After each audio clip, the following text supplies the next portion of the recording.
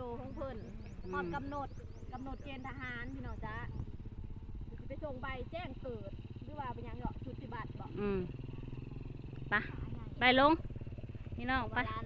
ตอนนี้เฮาอยู่ตอนนี้เฮาอยู่ท่าด่านบ้านเรามาขูดก็เลยมีโอกาสไปเลาะตลาดไปเที่ยวไปซุ่มไปซื้อเก่งไม้3 เข่ง100ไป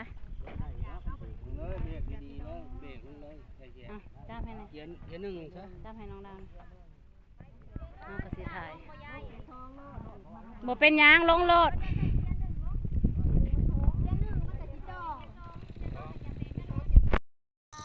กับสบายดีเด้อค่ะพี่น้องมาพบกันนี่แหละสองสาวจิวบานนาพี่น้อง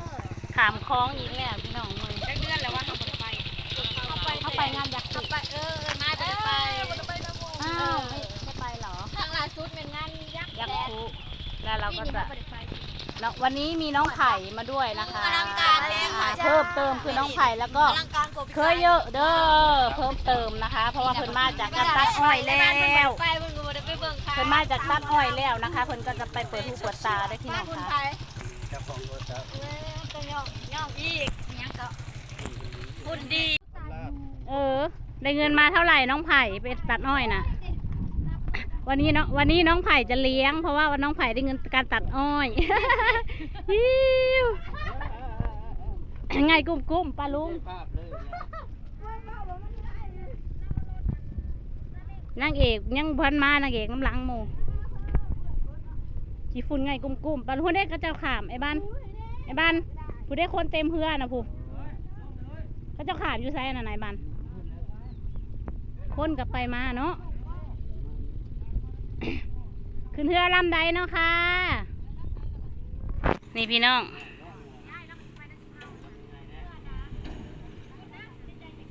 ตอนนี้เฮาลงมาหอดถ่าแม่น้ำโขงขึ้นเรือพี่น้องค่ะไปชานุมานจังหวัดอำนาจเจริญนะคะน้องไม้หันมาหน่อยน้องไม้ก็ไปนำแล้วก็บอกเตี้ยบ้านนา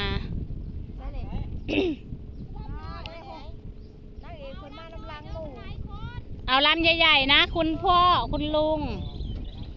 ได้อยู่บ่น้ำบ่พองเนาะคุณชูไปถ่ายอันนั้นคุณได้ไปมาถ่ายได้คุณถ่ายบรรยากาศอุ้ยบรรยากาศตะลอยน้ำเลยเอาบ้านเฮามันบริมีหินแนวนี้ได้บ้านเฮานะเฮ้ยเป็นตะโดดน้ำอยู่แนวนี้บ้านเฮามีการเตือนมูถ่ายหายในเห็นเจ้าของใส่บ่เสียถ่ายใส่เป็นคนอุตส่าห์มาให้ถ่ายหายในเห็นเจ้าของสรุปไปเปิดบ้างจะถ่ายยังป้าขึ้นเรือพวกเราสายแล้วไปเด็กๆเบอร์บ่มีใครแต่ปลาบ่พอฮะปลาน่ะมีตลอดแต่ว่าเจ้าของข้าเจ้าผัดอยู่เพื่อนเนาะ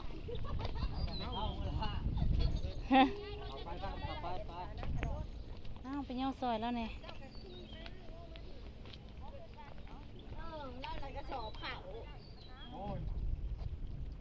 เอาเพื่อไปพูนพ่อใหญ่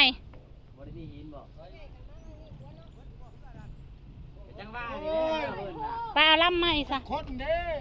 ไปเขามาเฮานะเขาดันแล้วมันหนักเขามันก็สินักซ้ำไหนวะบ่พอ50 กิโลดอก50เด้อ2 โชมาโลดมาใส่โลดแบกมาให้เราแน่หั่นให้บอกเขาภูเขาได้เด้อ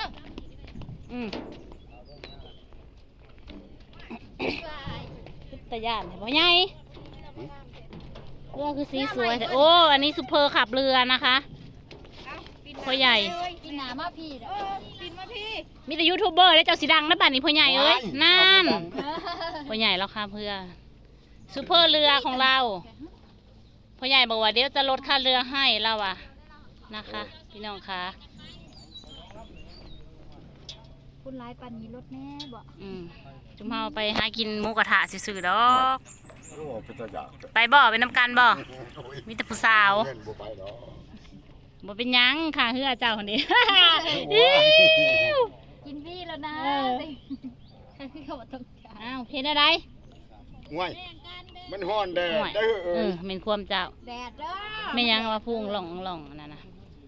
เขาปอมเป็ดปอมเพียกมอง เอา เข้ามา อยู่ออกมาแล้วคือบ่มี ให้เจ้าเข้าแต่2คนเจ้าแล้วอยู่ซุ่มนั่นเข้ามาเฮาไปนะ มาโลด ไปนะฮ้อนแดดนะ มาคืนเบิดไปพร้อมกัน เบิดก็ได้อยู่แล้ว ให้เล่าไปแต่เล่าก็ได้ดอกยาย เรา อัน ไป นั้น จะเล่าก็ได้เราว่ามันหนักของ ขึ้นมาพ่ออยู่ดอก จ่ายเงินเด้อเก็บเงินเด้อจ้า เก็บเงิน ใครมีเงินล่ะเก็บ เท่าใดพ่อใหญ่คนเท่าใด50บ่พ่อ 50ก็พอแล้ว 60 คนละ50เลยเอาไปยังได้เข้าไปจะละถือ โอ้ย พ่อใหญ่เราอ่ะเรารู้ การจะสร้างบุขึ้นที่ให้น้อยแท้ก็ให้ร้ายนะก็เฮ้ย ถ้าบ่มี มัน 50 ไฮไลท์มันสิบ่มีเงินกิน เบิดเลยนะเอา ได้แล้วหลายคนเนาะ เป็นยัง คนละ50คนละ50บาทมาเก็บ โอ้ ผ้าย มันแปด เอาได้ก็ได้ซะไป เอาทอนมา10 บาทเด้อนี่ของข่อยนี่อันนี้มันยังมีทอน ห่วยมันบ่มี10 บาทจะซื้อขนมให้ลูก 10 บาทให้เอ้ยบ่แม่น ว่ามีบ่ได้10เอามา 50 บาทนั่นมาให้เดี๋ยวมันจะบ่ยากจ่ายให้เอ้า อันเด้ซิดหนีจะ10 บาทไปซื้อเสื้อซ้อนให้ตัวหนึงพอ ตัวละ10 บาท กรุณาเนี่ยนะครับน่ะอันนี้ย้ำมาทางหัวมันเนี่ย ยามมาทางหัวหรือทางโกน ทางปีทางก้นพี่ค่อยว่าผิด ย้ำมาทำไม ว่าผิด ทั้งดา โทษ ขึ้นไลน์แต่ว่าโทรศัพท์ก็ ท้องใหญ่อยู่อะคือแซม โอ้ย แซมบ่พ่อ บ่เสริมดอก เอาดีๆนะสุภาพ ฝากนึ่งดากนะ จักเนื้อเนื้อนี่นะ โอ้ยกูบ่ร้ายเลย มันบางเราอยากได้เฮือ ว้าวนะกลัวเธออยากได้เนาะ เออ สุภาพไปดูหนนะสุภาพแหละอยากได้เฮือพอได้จังหน่อยปลาขึ้นจังหน่อยปลาขึ้นถ้ากันไล่มองนี่บ่มีเฮือได้สุภาพน่ะปลาขึ้นพอได้แต่แนมเบิ่งเขาอันใดเนาะห่วยอยู่เฮือนแคมป์คลองบ่มีเฮือ บ่นั่งเลยบ่ป้านั้นจิ้มตาได้บ่ป้าบ่นั่งกันได้นั่งกับบิ๊กเดียว เดี๋ยวนั่งหิมหนึ่งบ่เฮ้ยน้องไม้ว่านั่งหิมเดียวพี่น้องแดดเด้อ ได้ยิ้มเดียว บ่แม่นบ่แดดนะบรรยากาศเป็นสลัวแดดกำลังออกพวกเฮาไปเป็นทีมงานเนาะ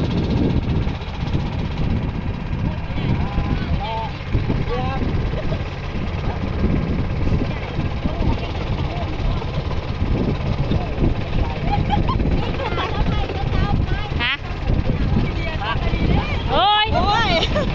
มันกับปิวมาพี่เลยเนาะ ก็เป็นตาหน่ายเถอะจิตาเข้าได้บ่ติดตาพอเขาสร้างเรื่องกลับก็แล้ว นั่นแหละมันเป็นสลัวเนาะถ่ายรูปกับสลัวได้เบิ่งว่าพี่น้องมันเป็นสลัวเด้อบ่แม่นว่ากล้องบ่แจ้งเด้อพี่น้องบรรยากาศเป็นสลัวเห็นบ่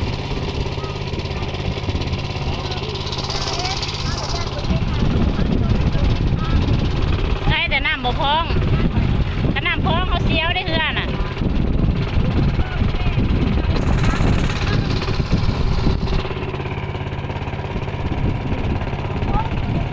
เนี่ยมาหอดอีกเป็นอะไร ลมอันยังบ่ทอไปอ่ะจนตาลกับแม่ยายแจ้วก่อนนะเดินเข้าไปนะสนายเองเนาะ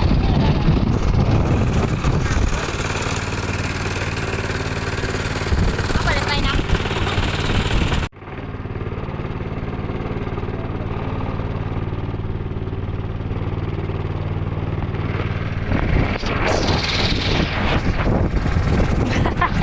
ก็เป็นสลัวเนาะเฮ้ย